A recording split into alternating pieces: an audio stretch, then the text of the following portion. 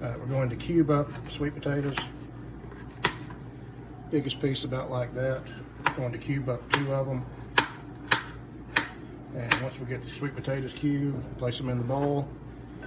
And then we're going to move on to the potatoes, onion, and bell pepper. Quarter your potatoes, cut them up into 1-inch cubes, or close approximation to a cube. Some of them are a little large. Go ahead and cut them up again. And once we're going to clear those out, put them with the sweet potatoes, and we're going to move on to the bell peppers. We're going to do a yellow and a red bell pepper. Cut off your top, cut off your bottom. We're going to save these. We're going to dice those up, freeze them, and we can use them for soup stock later. Grab your middle, pull it out, trash, and clean out these little yellow pieces. You can give those to your chickens if you want to. And then we're going to julienne these somewhere between the 1/8, a little bit thicker. And what you're looking for is that. I'll move on, show you the same on the onion. And once I get all of this done, I'll give you a show.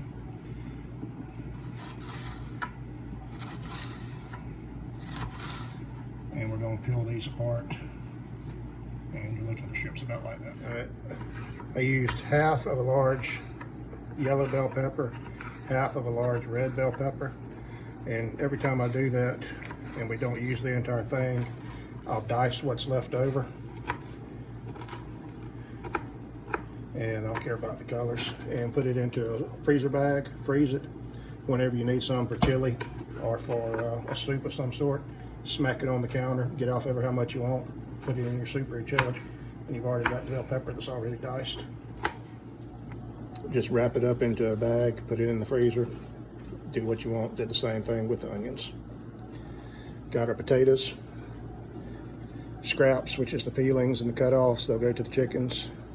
2 regular bacon potatoes, half a red bell pepper, half of a yellow bell pepper, and then half of a purple onion.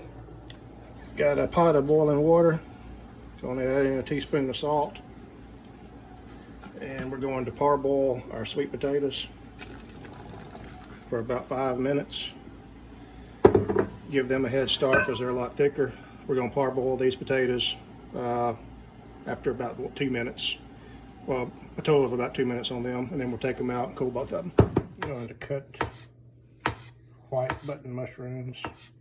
It's going to be 3 of us. 1 of us doesn't like mushrooms, so that's going to be plenty. In this pot, we've got a 1.5 cups of chicken broth, some about 2 teaspoons of parsley, and 1 teaspoon of dried minced garlic. I'm going to get 1 packet of couscous, put it in along with the spice pack from the couscous. We're going to give that a little bit of a stir. Not much, just enough to get the spices down in there. We're going to turn off the heat and we're going to cap it and come back to that later. In this pan, we have some good old bacon grease that we're going to put in here. And we're going to get that melted.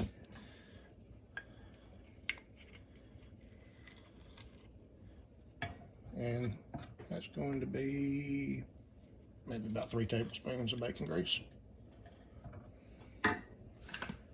And if you don't keep your bacon grease, you need to. And one of the best things you can do with that is actually pop popcorn in it. Bacon flavored popcorn is awesome. We're going to put our mushrooms in here. And we're going to cook those down in that grease until they take on some color.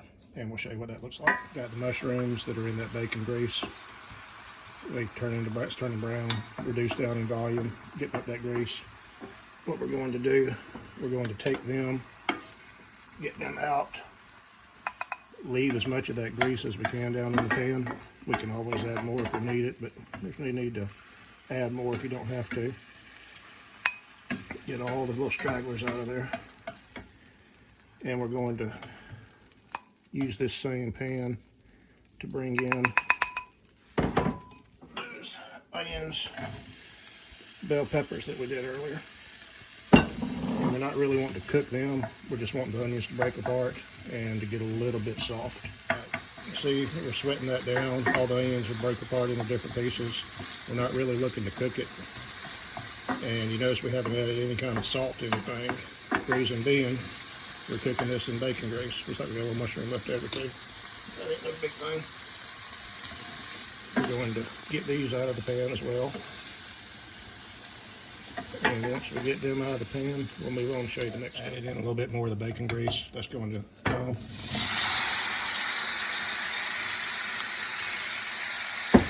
These are the potatoes.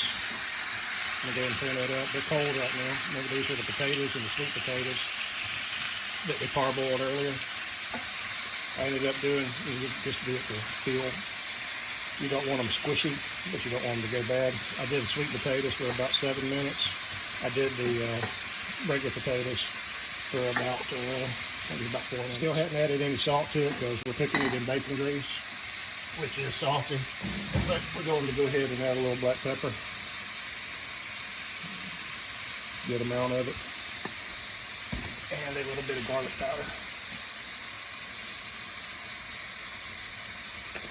And I really don't measure much.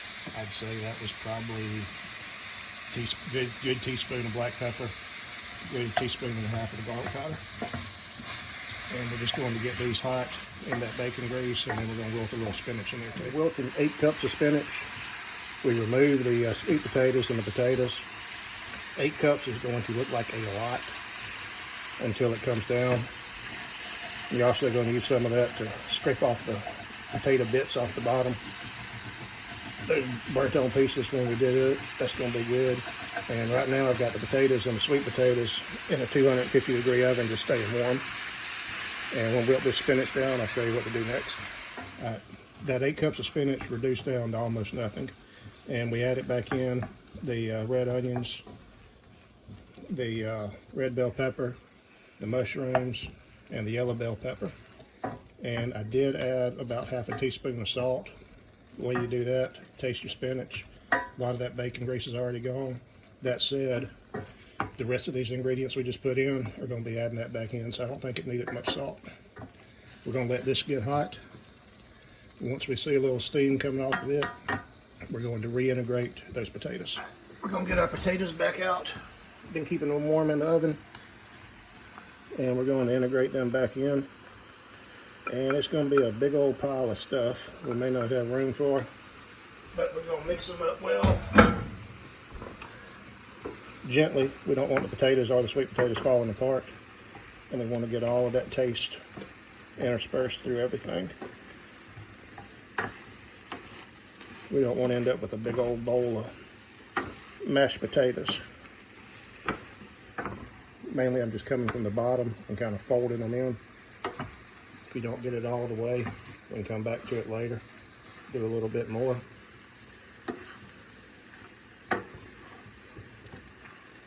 Try to keep it in the pan, not going on the floor.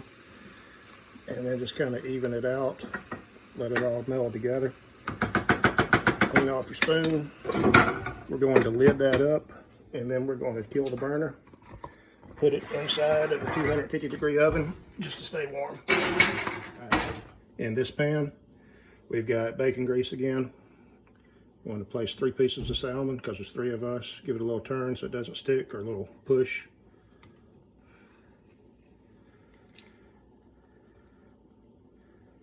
Alright, then you want to wash off your hands and quickly get back over here. I'm going to salt these pretty liberally because I like the way it tastes, even though we are in that bacon grease. Got a relatively thick piece of meat, and I've got it on a high heat. Probably about 3 minutes on each side. Some people like their salmon a little bit more rare. I don't. I like it a little bit of pink in the middle still, but mainly a nice brown color. Keep an eye on your bottom. Once the crust forms, go ahead and flip it over. I've got my old raggedy splatter shield over it because I really don't like cleaning every horizontal space in the kitchen. But when it comes time to flip, you're going to need to take that off. And also, I've been giving them a little of this so they don't stick.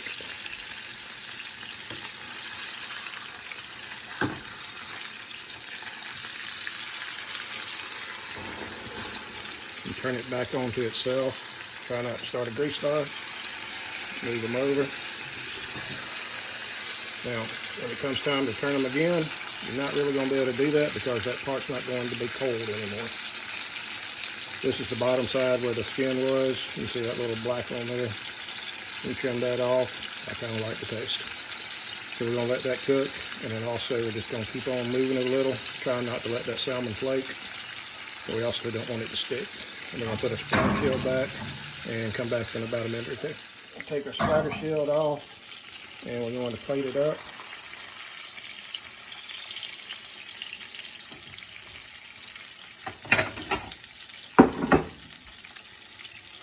You get a little bit that's flaked off, that's fine. Plate it up with that top side up.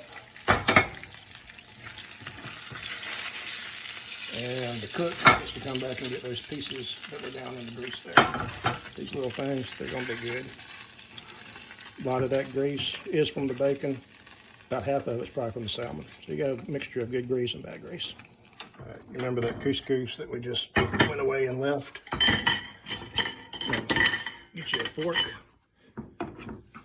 And what we're going to do is fluff it up. Remember that was cooked in the chicken broth, parsley, dried mixed garlic, and we're just going to fluff it up and break it apart. In the oven, we've got our vegetables. And staying warm. Going to take that lid off. They've been good and warm. And we're going to plate this up. Give a little of the couscous. Put a little of the couscous on there. It's all going to get mixed together anyway. Give this a stir. Make sure you get a little bit of everything in there. Plate it beside it. And that's going to be a good supper.